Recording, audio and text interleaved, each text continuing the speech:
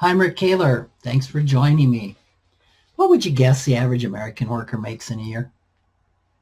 This is a question that Professor Nina Strominger, who is a professor of legal studies and business ethics at the University of Pennsylvania's Wharton School of Business, asked her business class recently.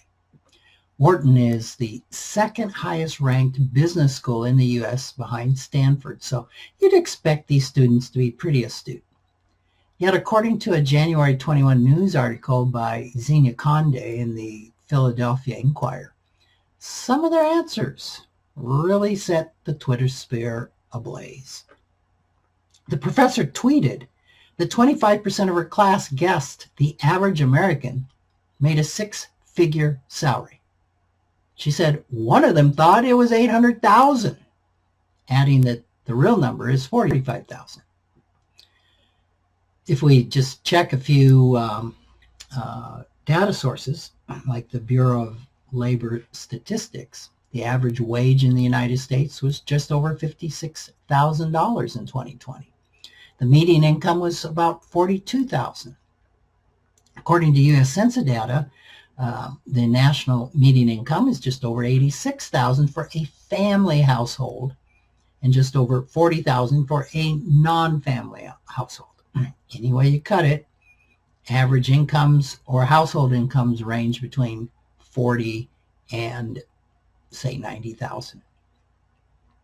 With all the outrage over how out of touch and elitist were the students' knowledge of economic reality, it's only fair to note that 75% of the students guessed an average income of under $100,000.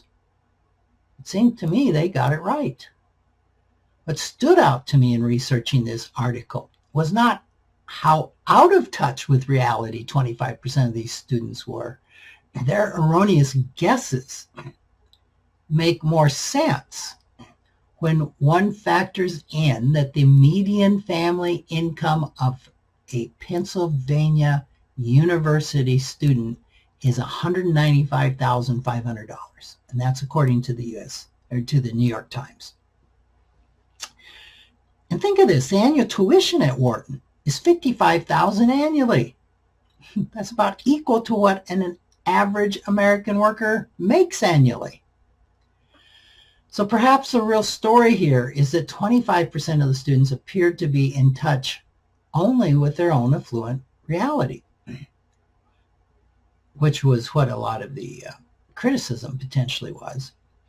While 75% of the class didn't let their personal family's economic standing cloud their view of reality. We're not seeing that celebrated in the Twitter sphere.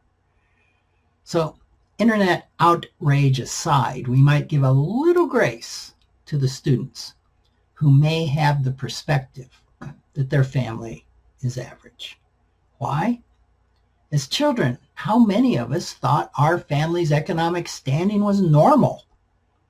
Probably most of us. My research and experience in working with clients as a financial planner and financial therapist finds there is a really good reason for this. Most of us tend to hang out with people who are in the same financial comfort zone as we, those who tend to have similar incomes, similar lifestyles, spending, saving habits, beliefs about money. For those growing up in wealthy families, normal may include private schools, international travel, household help, expectations of an Ivy League education like at Wharton, followed by a lucrative career. Those growing up in families with limited incomes will inhabit a much lower financial comfort zone. So their normal might include shopping at thrift stores, squeaking by from month to month, having little or no expectation of a higher education. In both of these cases, the expectations people grow up with tend to keep them in their financial comfort zone. These zones are artificial financial boundaries that we impose on ourselves and others, or are imposed on us they're not necessarily defined by what we can or can't afford. They're not necessarily constructed in reality. Yet we become uncomfortable if we move too far outside of our comfort zone. The 25% of Professor Strominger's class who thought their family's economic standing was average, they're no different than most of America.